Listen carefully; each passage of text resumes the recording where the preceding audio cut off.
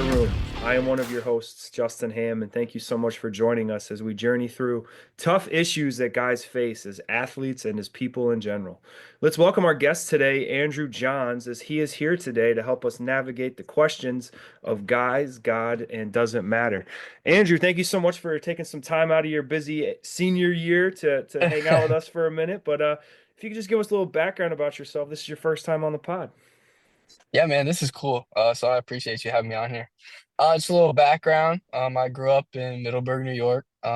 Played soccer and basketball for my dad throughout high school. Um, Started off my collegiate career at Lancaster Bible College to play soccer. Decided, like really wasn't the fit for me there. And I wanted to pursue basketball. Kind of got that kickback, and I was realizing, basketball is kind of where my heart's at. So I decided to transfer and I was gonna try this, try and walk on at a small little Division 1 school and see what was gonna happen.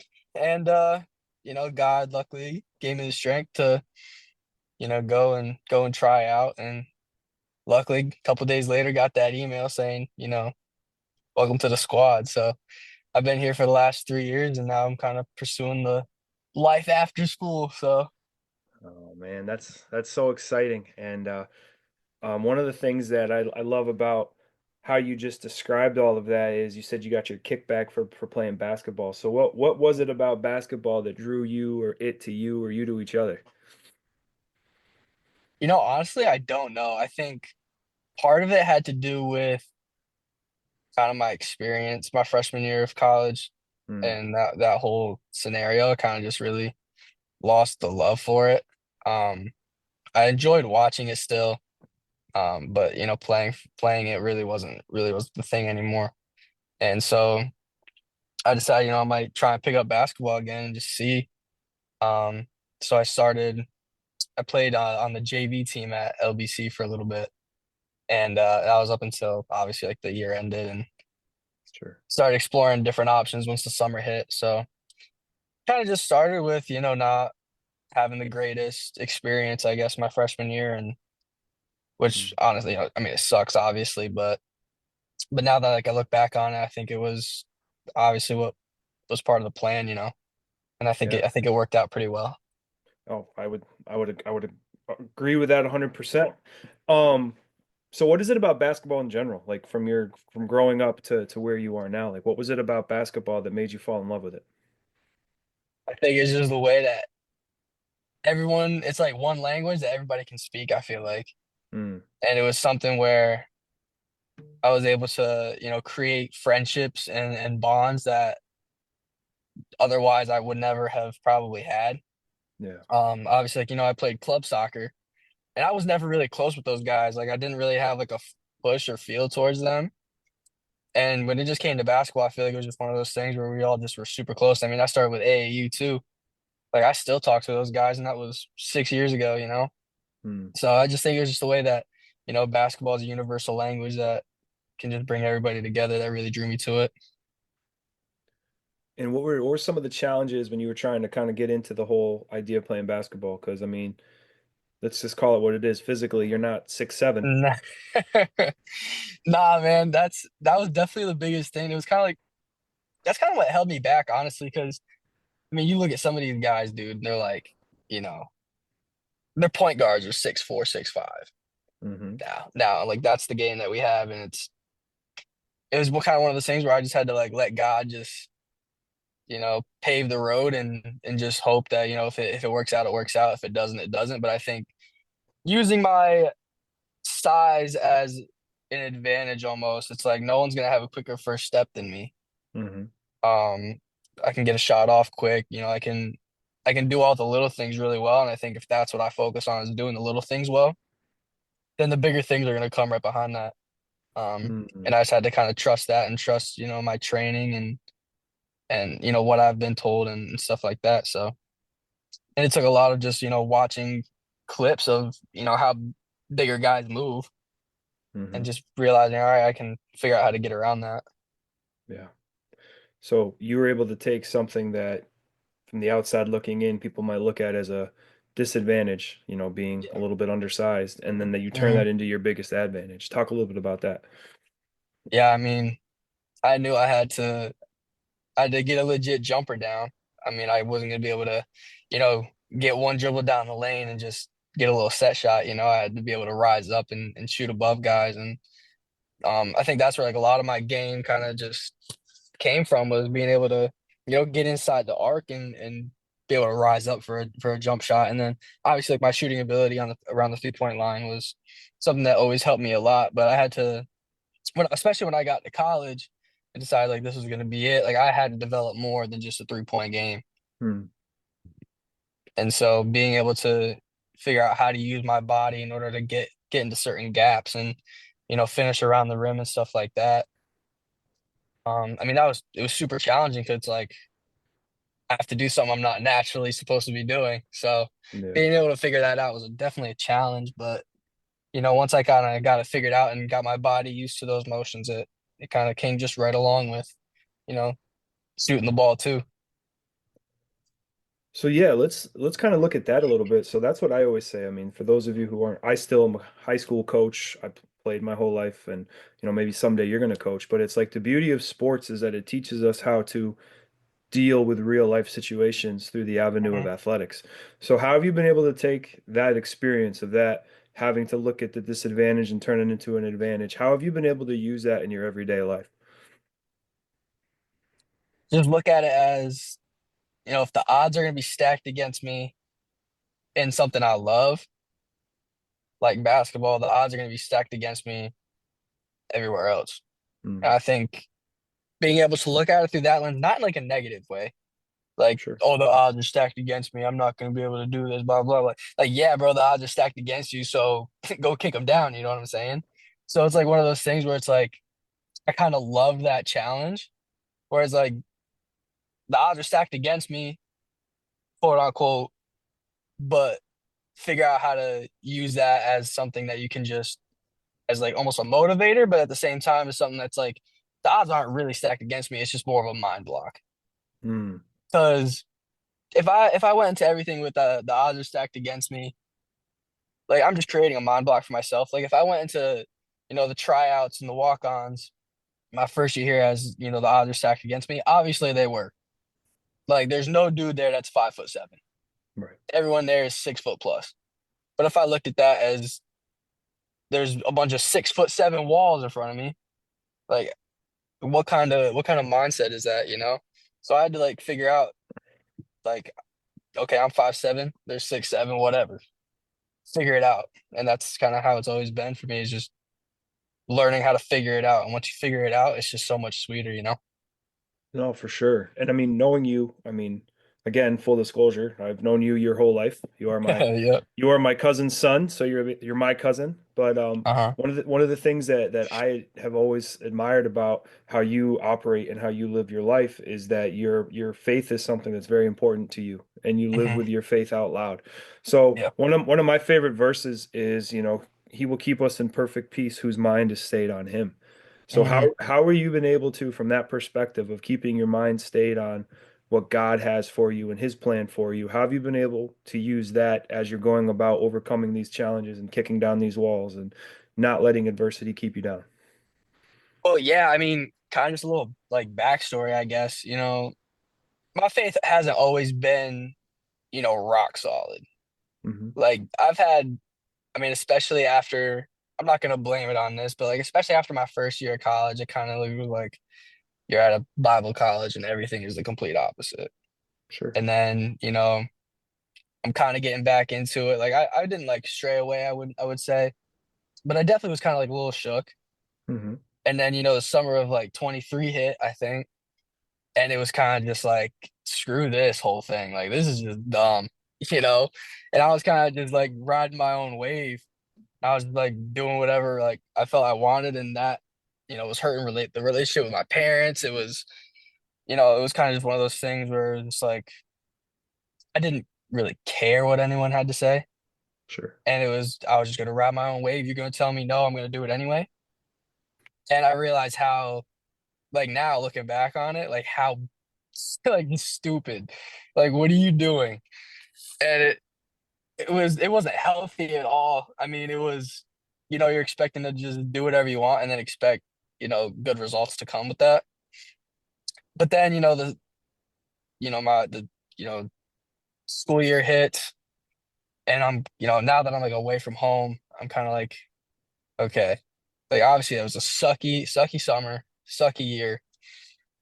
And I kind of was like, I gotta get myself back on track because at some point, like something's gonna hit. And if I don't have my faith to lean on, or if I don't care, then I'm screwed. So I think being able to keep my faith in check has been something that now, like I look at it and it's beautiful because there's been some stuff that's going on, and it's kind of just like if I didn't have my faith, like bro, like you got no shot of Mm. digging yourself back out of that hole without having your faith because you can have the strongest tree, but without faith, like that's the strongest thing you could have. And Mm. especially if you're really working on it and you're diving into the word and you're giving God the glory for everything you're doing. Not in like a cringy way, like don't give God the glory for being able to, walk down the stairs. Like, thank you, God, I got to walk down the stairs. But like other stuff like that could be not like everything I'm saying, but for stuff that I would say like for other people and for yourself, it's like whatever you're gonna do, give God the glory for that because like he gave you that ability to go do it. And What at was? the Oh yeah, go ahead. and at the time, like I thought that was all stupid. I was like, everyone just praising God for this. Like, what is he really doing for y'all? Like, it was I thought I was doing just fine by myself, doing what I was doing. I was like, nothing in my life has changed. Like I'm acting like an idiot, nothing has changed. But I also think that's kind of what it was. It was like nothing's changed because you're just trying to, you're trying to be Mm. an idiot. So Or you're trying to do it in your own strength, in your own way. exactly. And what was it that really made you help find that switch to go from I don't really care to I got to start caring once So you went to school? it's gonna sound so cringy, No. but but it so met a girl, bro. Mm. And that's one thing I told myself I was never gonna use that as like, oh, that's what made my life better. But like, swear to you, bro, like that turned it around because I saw, after I met her and like she gave me like her testimony and stuff. Hearing that Yeah. made me realize, like, yo, like Andrew, bro, you have no excuses now. Like the Hmm. way that I grew up is textbook for why your faith should be what it is. And the way she grew up is textbook for the reason that people just think God is a joke. And I think I saw how she came out of that.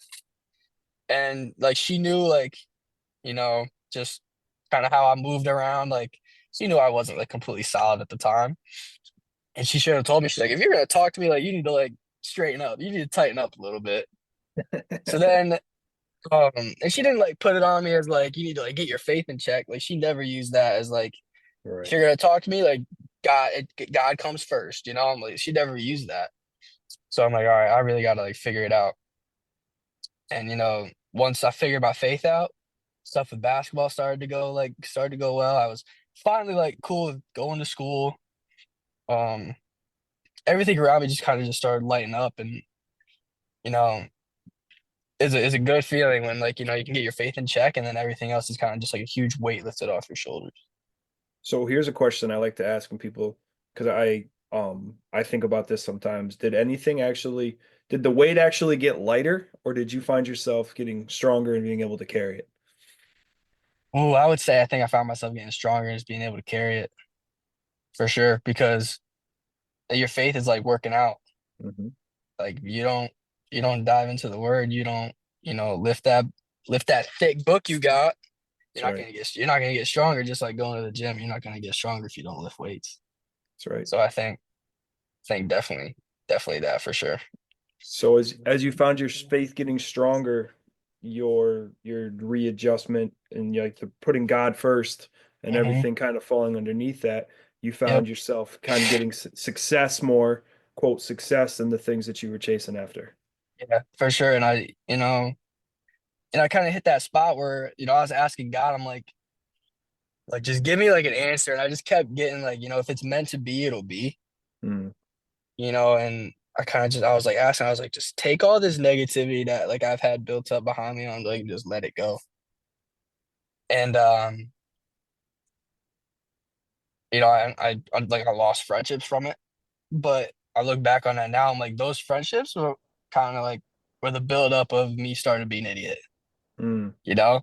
And sure. obviously, like, to a point, like I still love those guys to an extent, but like, I'm not like we're not cool anymore. Like, I don't see them, I don't talk to them. And I think that was, God kind of just like, this is what you want. Like, if it's meant to be, it'll be. And, I asked him, I was like, take the negative stuff that's, keeping me from building in my faith and just like let it go. Mm, And that sucky answer, but it had to happen. And, I'm thankful for it because I think if, I kind of just said, screw it, I think I would be in a totally different position than I am. sure.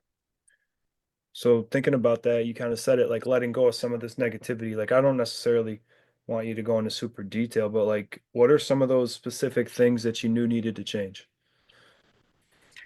Just the way I was acting, like just simple stuff, like just how I was acting, it wasn't me. Like I was just trying to be somebody I wasn't. I was trying to fit in with, kind of their mojo and how they moved, and it wasn't me. I wasn't being authentic with myself. And yeah, I think that kind of was what went screwy was I just wasn't being authentic with myself. I wasn't authentic with the people around me. And I think, why is he going to keep people around that don't even know the real you? Mm, You know what I'm saying? So yeah. I think it was a blessing and it was something I had to, kind of bounce back from and learn. So you were stuck in that pattern that I think a lot of people, including me, I've been stuck in it myself, is the idea of I want to be what I think they want me to be. Hmm. Yeah. Exactly. Because, it's God works in crazy ways, it's at the time it's kind of like, why is he doing this? But in the end, it's like because it's what I have laid out for you and it will be good in the end. It might it might suck in the beginning, but it's just something that, you kind of just gotta dog out and just trust the process. Yeah. Like Joel Embiid says. There you go. But that idea of trusting the process, though, that's when our faith is being put into action. Hmm. Like the idea of that's when your faith is put into real practice is when you can't see the end of the staircase. All you can see is the next step, and you're not quite sure what's going to happen. And Exactly. that's where our faith is real. Exactly. Yep. So, oh yeah, go ahead. Nah, nothing. Oh, I'm sure it was something. I'm sure it was something, but I was just thinking, like, so you go on this journey, right? Hmm. You switch schools, your faith begins to become your own, and then you're growing in your faith. Tell us about your whole basketball playing, like how did your playing for the school? We heard how it started. How did it end? Yeah. So obviously it started like I walked on, played for 2 years. Mhm. And this year, I kind of got that. We fired our old coaching staff and we brought in some new guys and we had the interview process. We got to interview some of the coaches and we got this one guy, he came in like super solid. Like he knew everybody by name. He knew all of our bios by like straight like it was like unreal how this guy came Mhm. in. It was awesome. Like he was super interactive with us. And from what like he it seemed like he was super grounded in his faith, the way he used scripture and he seemed very knowledgeable. So we're like, yeah, like this is the guy, like this is what we want. And over the summer, like right after like it came out that he got hired, he ended up giving me a call and he's like, Andrew, he's like, what's up, man? And I was like, what's up, coach? And he was a jokester, so like I didn't take too much of what he said seriously yet. He's like, hey man, he's like, so I'm not really trying to have, small guards this year. And I kind of just like started laughing. I was like, oh, you're funny, coach. He's like, no, he's like, I'm being dead serious. I'm like, huh? And I was like, okay, so like, what does that mean? He's like, I would just use you like in practice. Mm, I'm like, okay. And he's like, "So do you have a practice jersey from like the previous years you were here?" He's like, "Yeah." I was like, "So yeah, like I do." He's like, "All right." He's like, "Make sure you keep that. I'll text you and I need you at practice." Then he hung up the phone. Mm. And I was kind of like, "Okay." I'm like, "I'm really not feeling that." So Sure. I just like sat on it for a while. I prayed about it and I hit him back. I texted him. I'm like, "Listen," I was like, "I don't think this year is the right move for me." I was like, "I wish you the best of luck." And you know, I just don't think that this year is gonna be the move for me. So found out he ends up getting fired right before Christmas. Okay. So I'm kind of like sitting back, I'm like, thank you God, because if him and I were to get together, like if him and I were on the same team and I was playing for him, I would have a very hard time playing for a guy like that. Mm. Um, so kind of even before that, I kind of started testing the waters. I was like, I still really want to hoop. Like Right. my heart is still in it. So I kind of started looking around. I'm like, wonder if there's any like just hoop leagues I could go play in. And um, I saw this flyer for for a semi-professional league. So I entered my name in, and there was like a tryout with like 250 other guys at this sports center, and it was a 2-day tryout. You get placed with whoever, and then you just play. And those 2 days, like thank God, like I shot the ball really well. I did everything well. I think we played probably 3 games both days. I think I had like one turnover in 6 games. Played really well. Got the attention of the guy that runs the whole thing. And a couple days later, I got an email, and he was like, "Hey, like we want you to come play." Um, it kind of just felt like a big like a breath of fresh air almost. It was like Yeah. sweet, but it's like it's funny. It's like you get told that you're not wanted basically. You get told you're not wanted, and then you go play for a bunch of guys that could hang with some of the guys here, and it's like Mm. now you're playing on a summer professional league. Like that shouldn't even be a thing. And Yeah. luckily, like I had a solid first half of the season, and we're kind of hitting the home stretch here, and it's been awesome. It's been really fun, and I just thank God for it because it brought my joy for basketball back. Because once I got that phone call, like you have no motivation to hoop anymore Oh, sure. after that, and then kind of just finding my love back for the game. It felt really good. It felt really good, and I thank God he gave me that opportunity because like again. I got to create relationships that otherwise I would never have had. And it's been beautiful. And the guys are super cool. Love them all to death. Only white kid on the team, but you wouldn't know that. Like the guys are Oh, solid. Like they brought me in. Like they're all vets. And hmm. they brought me in. They're like, if you can hoop, you can hoop. Like I it's love nothing that. personal. So it's been awesome. That's so cool. So now as your college playing is over and you still have this Hmm. semi-pro team, how are you what do you would you just say is your biggest like how do you identify now, right? Because your whole life Hmm. you've been a hooper. Yeah. And I mean, yeah, you're still playing, but is that still your main identity or where do you find your identity in these days in your post playing for your school days? Yeah, dude. I mean, for a while, like my identity was basketball. And it was like, Andrew, what do you do? Like, I'm a hooper. Like, I hoop. It was never, I'm this strong Christian kid. Like, it was never that. It was like I hoop, and that's what I do. Like, that's what I identify like as. And it's been like that for forever. So now I'm kind of hitting this home stretch of, all right, you're about to graduate. Um, and obviously, I'm pursuing a career in law enforcement. I'm starting the academy in July.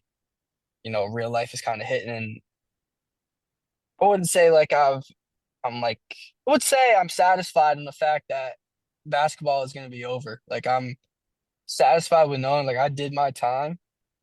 I did everything I in my power to make it the best experience I could, and I'm satisfied with that. And I'm ready to move on to this next chapter of life. Hmm. And like I said, like I'm really satisfied in the fact that basketball is over and I did everything I could, and I dedicated my life to the game, and I was able to excel. Um, But now it's time to kind of look at the real world, bigger picture stuff. Yeah. Pursuing this career in law enforcement, like obviously I gotta know the weight that comes with that.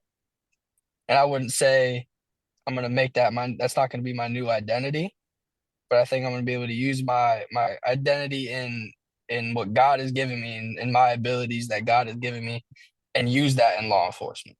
Um, Mm. it's a perfect way to interact with just broken people, bro. Like this, I mean, like this world is so broken. Like you work with kids, like you see like how broken like some of these kids are, and the department I'm gonna be working in, in more of Southern Virginia, it's a broken place, and these kids, it's a predominantly African American community, and I'm gonna be a white cop going in there, but like whatever, I'm gonna be able to use my faith hopefully and just speak to these kids and like I said, like with basketball, like it speaks a universal language, and that's the thing down there. Yep. So I'll be able, I don't know. I'm just really looking forward to that part and just being able to use my identity in Christ and use it for my career. I think that's gonna be super cool. I Mm. think obviously it's a dangerous job, but at the same time, like I said, like if it's meant to be, it'll be. If it's my time to go, it's my time to go. Yeah. And I'm satisfied with that. But I'm also satisfied in knowing that like if I put my all into just pouring into these like broken people, that little bit of faith can go a long way. Oh, for And sure. you see the people that have want nothing to do you know, with God and the faith, and you see just a little bit, like a little seed planted, and it just rises up, and it's a crazy thing. And I think, with my personality, I think I'll be able to do that, and I think that'll be the goal, honestly, is just use that platform to just reach other people. I love that, man. Well, thank you so much for Yes, making sir, some man. time to jump on an interview Always. with us. And I just, is there any parting words of wisdom or things you'd like to leave for our listeners? Because this is a by guys for guys section of our podcast. So Yeah, I mean, I would just say if you feel the odds are stacked against you, I would say instead of kind of using that as like a mind block, like I said, like kind of figure out as like a man. Like I feel like as a man, you kind of want to be able to prove that you can do certain things. And I think, the odds stacked against you and proving that you can get around that. Come on now, you mm, know? talk to him. And my mentality's always been just be a dog. Mm-hmm. Be a That's up. dog. And just, That's right. obviously like as men, it's hard for us to kind of, you know, put our pride aside and be vulnerable, but Mm-hmm. like just do it. Like seriously, like you do that, like you're more of a man being vulnerable than, you know, trying to be, some head honcho, like just trying to dog everything out. Obviously dog stuff out. But when it comes to, being vulnerable, like that's the time to, Yeah. really kind of like let God into your heart, I guess, and just just be a light for him and be a light for other people. And obviously, there's a time where you gotta be a dog and be a man, but Mm. you don't always have to be. Right, So right. I would just say that's what I would say is just whatever those mind blocks are, just Mm. figure it out. But don't be afraid to be vulnerable with other people. That's right. I love that. Well, thank you again so much. We appreciate you. And we'll take care. See y'all next time.